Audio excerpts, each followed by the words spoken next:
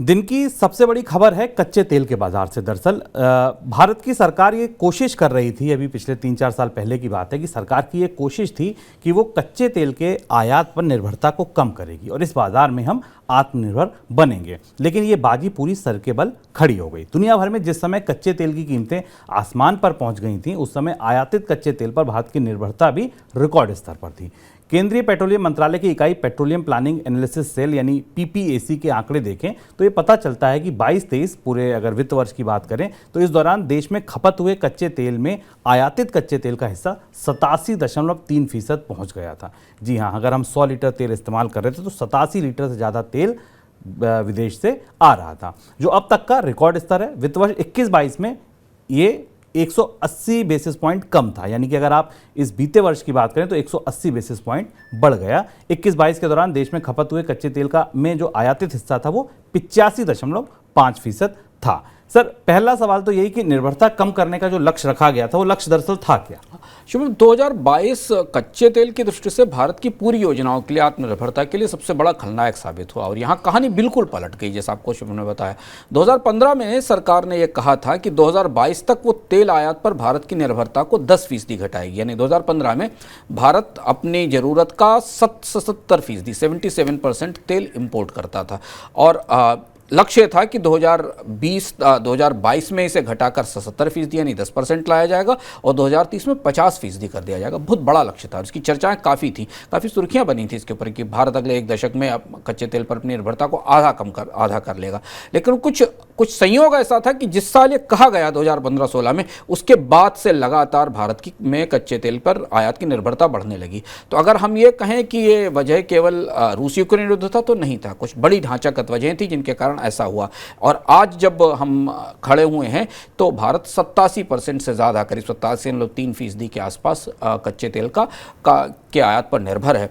और यहाँ जो करेला और नीम चढ़ाव वाली स्थिति है वो ये कि ये आयात लगातार महंगा होता गया है, क्योंकि लगातार कच्चे तेल की कीमतें बढ़ी हैं और जिस रफ्तार से दुनिया में कच्चे तेल की कीमतें बढ़ी हैं, भारत की निर्भरता भी उसी रफ्तार से बढ़ती चली गई। और ये दोहरी मुसीबत है, जिस मुसीबत के कारण भारत का विदेशी मुद्रा भंडार और महंगाई और तरह तरीके के अन्य तरीके की असंगतियां इसमें सामने आई हैं। सर, रूस यूक्रेन युद्ध के अलावा और कौन सी ऐसी वजह थी जिनसे निर्भरता बढ़ी है? शुभम, अगर हम ये कहें कि केवल रूस यूक्रेन युद्ध के कारण हुआ है तो ये अर्धसत्य होगा, सच्चाई नहीं है। सच्चाई ये है कि भारत में हर महीने एक आंकड़ा आता है जिसे हम कोर सेक्टर इंडस्ट्री का आंकड़ा कहते हैं, आप लोग भी सुनते होंगे। बुनियादी उद्योगों के उत्पादन का सूचकांक आता है जो ये बताता है कि भारत के जो बड़े 6 बड़े बुनियादी उद्योग हैं वो उनमें उत्पादन क्या है। इसमें तेल शामिल है, इसमें कोयला, इसमें स्टील और इसमें बिजली शामिल है। इस आंकड़े के हिसाब से अगर आप देखें तो तब तो रूस यूक्रेन युद्ध कहीं नहीं था। कोविड के पहले से अगर देखें तो पिछले 4 साल से लगातार भारत का में कच्चे तेल का उत्पादन, भारत के का जो कोर सूचकांक है उस पर गिर रहा है। इस आंकड़े के पिछले 4 साल के आंकड़े में दिखाते हैं। और इसकी सबसे बड़ी वजह यह है कि भारत की सबसे बड़ी तेल कंपनी ONGC इसकी सबसे बड़ी विलेन है, सबसे बड़ी खलनायक है। और दूसरी भारत की कंपनी कच्चे तेल का उत्पादन करने वाली ऑयल इंडिया है। इन दोनों कंपनियों पर भारत की ऊर्जा आत्मनिर्भरता की जिम्मेदारी थी। इन्हें इतना प्रोटेक्शन मिला हुआ था, इन्हें बहुत सारी रियायतें मिलती हैं, ये सरकार की बड़ी कंपनियां हैं। इन कंपनियों पर सबसे ज़्यादा जिम्मेदारी थी कि भारत सरकार के इस लक्ष्य को, जिसमें कि तेल की आत्मनिर्भरता बढ़ाई जाए और आयात में कमी की जाए, इसे इन्हें पूरा करना था। और इसके लिए लेकिन इनकी हालत क्या है, ONGC में कच्चे तेल का उत्पादन का इतना बुरा हाल पिछले एक दशक में नहीं हुआ। पिछले 4 साल से कंपनी का उत्पादन सालाना 10 से 16% की स्पीड से गिर रहा है। नए रिजर्व जोड़ने की रफ्तार 50% टूट गई है। हाल के वर्षों में स्थिति ये आई कि कंपनी को अपने कैपेक्स में जितना उसे पूंजी मिली है तेल खोज के लिए, उसका भी वो इस्तेमाल नहीं कर पा रही। और इसका असर हुआ कि भारत में कच्चे तेल के उत्पादन में, जब हमें आत्मनिर्भरता की ज़रूरत थी, जब ये दावे किए जा रहे थे कि हम आत्मनिर्भर होंगे, तब वहाँ आत्मनिर्भरता पूरी सिल के बल खड़ी हो गई और हम और ज़्यादा आयात निर्भर हो गए आत्मनिर्भर की जगह। सर, ये तो बात हो गई सरकारी कंपनियों की। प्राइवेट सेक्टर ने क्या किया? उनके लिए तो एक नई तेल खोज नीति भी आई थी। हाँ, एक नहीं, कई नई तेल खोज नीतियाँ आई थी। 1999 में भारत ने पहली बार लाइसेंस एक्सप्लोरेशन पॉलिसी शुरू की थी, जिसको NELP और इस नामों से जाना गया था। इस कोशिश में भी बहुत सफलता नहीं मिली। भारत में जो शुरुआत में निजी कंपनियां आई थी जिन्होंने निवेश किए थे और जो कुएं या जो ब्लॉक आवंटित किए थे उन्हें वापस लौटा दिया, उनमें निवेश नहीं किया। भारत में जितने भंडार हैं वो सब निचोड़े जा चुके हैं, अब नए भंडारों की ज़रूरत है। ड्राई वेल्स भारत की एक बड़ी समस्या है, जिसमें तेल को कुएँ जहाँ खुदाई हो रही है वो ड्राई हो रहे हैं और वहाँ से अब पर्याप्त तेल का उत्पादन नहीं हो रहा है, चाहे वो ऑन शोर हो या ऑफ शोर हो।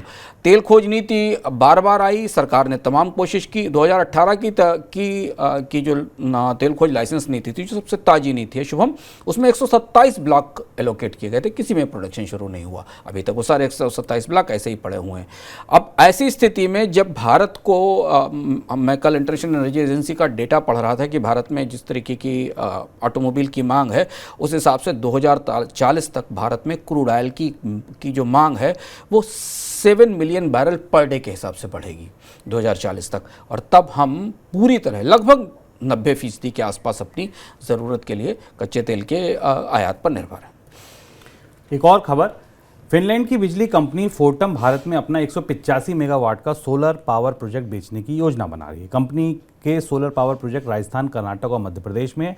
कंपनी ने खरीदारों की तलाश के लिए कोटक महिंद्रा कैपिटल को जिम्मेदारी दी है। फोर्टम 1600 करोड़ रुपए की एंटरप्राइजेज वैल्यू पर सोलर पावर प्रोजेक्ट को बेचना चाहती है। सर, क्यों निकल रही है? ये तो भविष्य बताया जा रहा था। भारत के सोलर एनर्जी सेक्टर में भी काफ़ी उठापटक हो रही है। फोर्टम काफ़ी बड़ी कंपनी है। फोर्टम ने भारत में और भी जगह निवेश कर रखा है, इंफ्रास्ट्रक्चर में काफ़ी समय से सक्रिय है। भारत के सोलर एनर्जी स्पेस में 2 बड़े रीसेट आए हैं। पहला तो रीसेट यह आया है कि सोलर एनर्जी जैसे उद्योगों के लिए सस्ती पूंजी चाहिए, क्योंकि इसमें रिटर्न बहुत लंबे समय के बाद आता है, और जब दुनिया के बाजार में ब्याज दरें बढ़ने लगी तो सारे इंफ्रास्ट्रक्चर सेक्टर और जो लॉन्ग टर्म इन्वेस्टमेंट वाले सेक्टर थे, खासतौर से ग्रीन एनर्जी सेक्टर्स, जहां पर आपको लंबे समय के लिए पूंजी लगानी पड़ती है और फिर मुनाफे बाद में आते हैं, वहां के लिए पूंजी में कमी आई। तो फोर्टम के बाहर निकलने की एक बड़ी वजह ये हो सकती है कि पूंजी सस्ती नहीं बची है।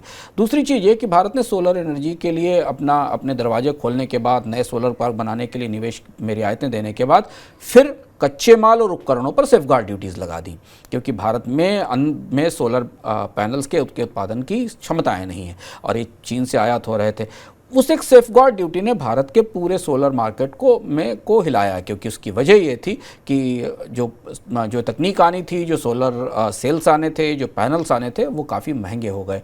ऐसी स्थिति में जो एनर्जी बन रही थी, उस एनर्जी की कीमतें बाजार में नहीं उपलब्ध थी। और भारत में अभी भी सोलर एनर्जी का हिस्सा टोटल एनर्जी में बहुत छोटा है, क्योंकि सारी तो थर्मल एनर्जी है।